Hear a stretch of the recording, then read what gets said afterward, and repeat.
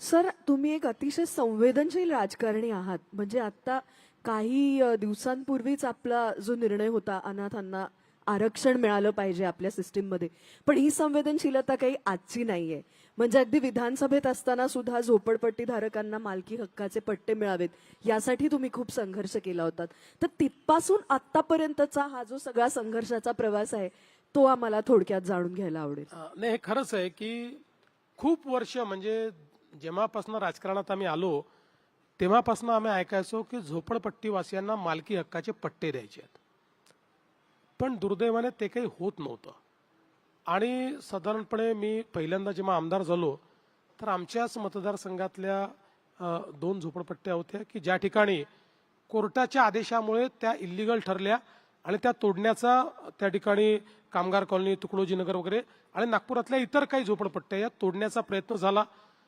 त्या संदर्भात खूप मोठं आंदोलनही झालं आणि त्यावेळी माझ्या मनात आलं की आपण संसदीय आयुधाचा उपयोग करून आता या ठिकाणी हे पट्टे मिळवून दिले पाहिजेत.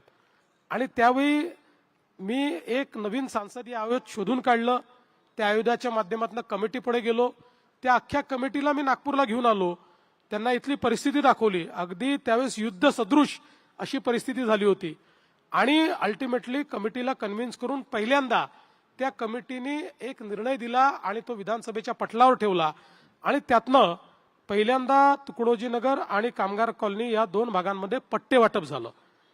त्यानंतर पट्टे वाटप आम्ही करत होतो, पण त्याला कुठलाही वेग नव्हता, त्याचे कुठले निर्णय नव्हते. दरम्यान 2014ला ज्यावेळेस 15मध्ये मी मुख्यमंत्री म्हणून त्या ठिकाणी 14च्या शेवटी मुख्यमंत्री झालो आणि पदभार स्वीकारला, त्यानंतर पुन्हा नागपूर शहरामध्ये झोपडपट्टीला पट्टे वाटपाचं काम हातामध्ये घेतलं. एकेका झोपडपट्टीमध्ये त्या ठिकाणी त्याची मोजणी करायची, त्याचा लेआउट प्लॅन तयार करायचा, प्लेन टेबल सर्वे करायचा, मिनिमम लेआउट प्लॅनिंग करायचं, त्याला मान्यता द्यायची आणि मग त्यांना त्याची मालकी ही द्यायची याची सुरुवात केली. काही प्रमाणात आम्ही ते करू शकलो, पण खूप अडचणी यायला लागल्या. म्हणजे त्याच्यामध्ये काही नजूलच्या जमिनी असायच्या, काही जमिनी वेगवेगळ्या विभागांच्या असायच्या, काही फॉरेस्टच्या जमिनी होत्या, काही प्रायव्हेट लोकांच्या जमिनी होत्या. असं करता करता मग नंतर पुन्हा ज्यावेळेस मी आता मुख्यमंत्री झालो, मध्यंतरी उपमुख्यमंत्री होतो, त्यावेळेस पुन्हा काही GR बदलले, आता काही GR बदलले आणि आता जवळपास नागपूरमध्ये किमान 25,000 झोपडपट्टी धारकांना त्यांच्या घराचा मालकी हक्काचा पट्टा आम्ही त्या ठिकाणी देतो आहोत. आणि यात सगळ्यात महत्वाचं काय आहे तर 2 असे निर्णय आम्ही त्या ठिकाणी मिळवले की जे कदाचित कोणी इमॅजिनच केले नव्हते. त्यातला पहिला झुडपी जंगल हा जो काही एक विषय होता की ज्याच्यावर 50 वर्ष राजकारण चाललंय, अनेक पंतप्रधानांपर्यंत आम्ही गेलो, पण त्याचा काही कुठला हे निघाला नव्हता. पण आता माननीय मोदीजींना भेटलो, आम्ही सुप्रीम कोर्टात गेलो. सुप्रीम कोर्टामध्ये मी स्वतः 8 वर्ष भांडलो आणि केंद्र सरकारने मदत केली आणि 8 वर्ष भांडल्यानंतर सुप्रीम कोर्टाने निर्णय देऊन आमचा झुडपी जंगलाचा प्रश्न सोडवला.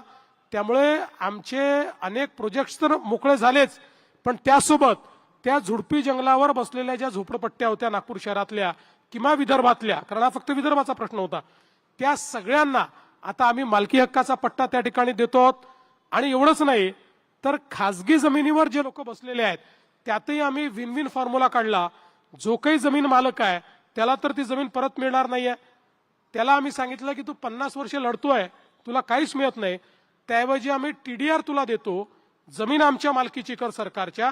आणि मग तशी आम्ही मालकीची आपली जमीन केली आणि त्या जमिनीचे मालकी हक्काचे पट्टे झोपडपट्टी धारकांना दिले. त्यामुळे सगळ्या प्रकारचे प्रश्न आम्ही सोडवले आणि आता नागपूर पॅटर्न हे संपूर्ण महाराष्ट्रामध्ये आम्ही लागू केलं. सगळीकडे झोपडपट्टीमध्ये राहणाऱ्या लोकांना त्यांच्या जागेची मालकी आम्ही देतो आहोत आणि मोदीजींच्या प्रधानमंत्री आवास योजनेतनं ज्याचं कच्चं घर आहे त्याला पक्कं घर बांधायला पैसे देखील देतो.